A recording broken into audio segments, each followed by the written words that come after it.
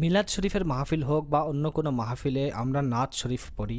নাতের মধ্যে মদিনা শরীফের আলোচনা বেশি হয়ে থাকে, অনেক বেশি হয়ে থাকে।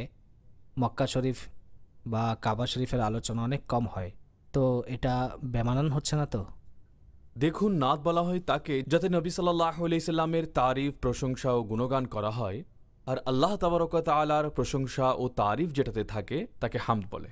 যখন হামদ গাওয়া হয় তখন এমনও হামদ থাকে যাতে কাবাতুল্লাহ শরীফ এবং মক্কা শরীফের উল্লেখ থাকে। যখন নবী করিম সাল্লাল্লাহু আলাইহি সাল্লামের নাত শরীফ পড়া হবে, প্রশংসা গুণগান গাওয়া হবে, যেহেতু ওই স্থানের নাম নবী করিম সাল্লাল্লাহু আলাইহি সাল্লামের নামে এবং তার সাথে সম্পর্কের কারণেই এর নাম মদিনা নামকরণ হয়েছে, সেহেতু মদিনা শরীফের আলোচনা বেশি হবে।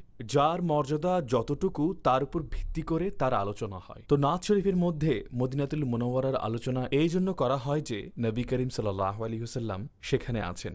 হুজুর সাল্লাল্লাহু তাআলা আলাইহি ওয়াসাল্লামের রওজা মুবারক ও মদিনা শরীফে অবস্থিত, সেই দিক থেকেও এর গুরুত্ব আছে। তাছাড়া তিনি সাল্লাল্লাহু আলাইহি সাল্লাম হিজরতের পর দীর্ঘদিন মদিনা মুনাওয়ারায় কাটিয়েছিলেন। এই যোগ্যতা ও মর্যাদার কারণে মদিনা শরীফের আলোচনা বেশি করা হয়। তো এমন না যে এতে কাবা শরীফের আলোচনা নেই, মক্কা শরীফের আলোচনা নেই, সেজন্য এটা বেমানান হয়ে গেছে, এমনটা নয়।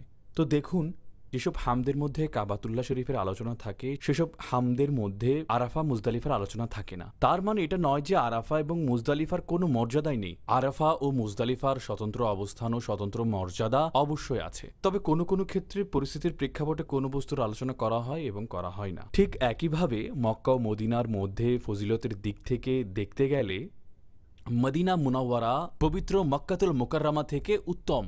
এমনকি এটা বলা হয়েছে যে যে জমিন নবী করিম সাল্লাল্লাহু আলাইহি সাল্লামের রওজা মুবারক স্পর্শ করেছে এটা কাবাতুল্লাহ শরীফ থেকেও উত্তম। এদিক থেকে দেখলে ফজিলতের দিক থেকে, মর্যাদার দিক থেকে মদিনা শরীফের মর্যাদা বেশি আছে।